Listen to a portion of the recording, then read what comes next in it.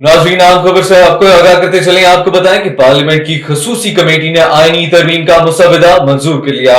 Committee की मंजूरी के बाद मुसव्वदा वफाकी काबीना की मंजूरी के बाद पार्लियामेंट के इजलास में पेश किया जाएगा। पार्लियामेंट और सेनेट का खसूसी इजलास शाम 6 बजे तलब किया गया है।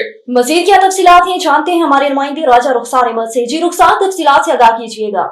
जी मैं इस टाइम मौजूद हूँ पार्लियामेंट हाउस के बाहर और आज एक अहम खबर से आपको आगाह करता चलूँ तो इस टाइम जो है पार्लियामेंट में जो पार्लियामेंट की खुसूसी कमेटी बनाई गई थी, जो आईनी तरमीम का मसवदा था वो मंजूर कर लिया गया और उसके बाद ये पार्लियामेंट की जो कमेटी है वो मसवदा आज शाम जो इजलास होने जा रहा है 6 बजे पार्लियामेंट के अंदर कौमी असम्बली का इजलास और सेनेट का इजलास उसमें पेश किया जाएगा। और ये जो मसवदा है, जो खुसूसी कमेटी बनाई गई थी सुप्रीम कोर्ट पार्लियामेंट की जानिब से, उसने ये मंजूर कर लिया गया है। इससे पहले पार्लियामेंट के अंदर जो है कई दिनों से चहमगोइयाँ जारी थी कारकुनान के हवाले से, जो मेम्बरान असम्बली हैं उनके हवाले से। कभी एक जो है दूसरे के हक़ में बैठ जाता था, कभी दूसरा तीसरे के हक़ में। गुज़श्ता रोज़ भी एक जो है पेशरफ्त इसमें ये हुई थी कि अम्बेसडर गोवर के साथ एक मुलाकात हुई थी। मुल्ला फजल रहमान जो JUI के चेयरमैन हैं, उनने जो है बाकायदा ज़ाहिर किया कि मैं एक PTI का हिस्सा हूँ। मगर आज जो दिन को एक और अहम मुलाकात हुई बिलावल भुट्टो के साथ मुल्ला फजल रहमान की, और उसके बाद अभी ये खबर आई कि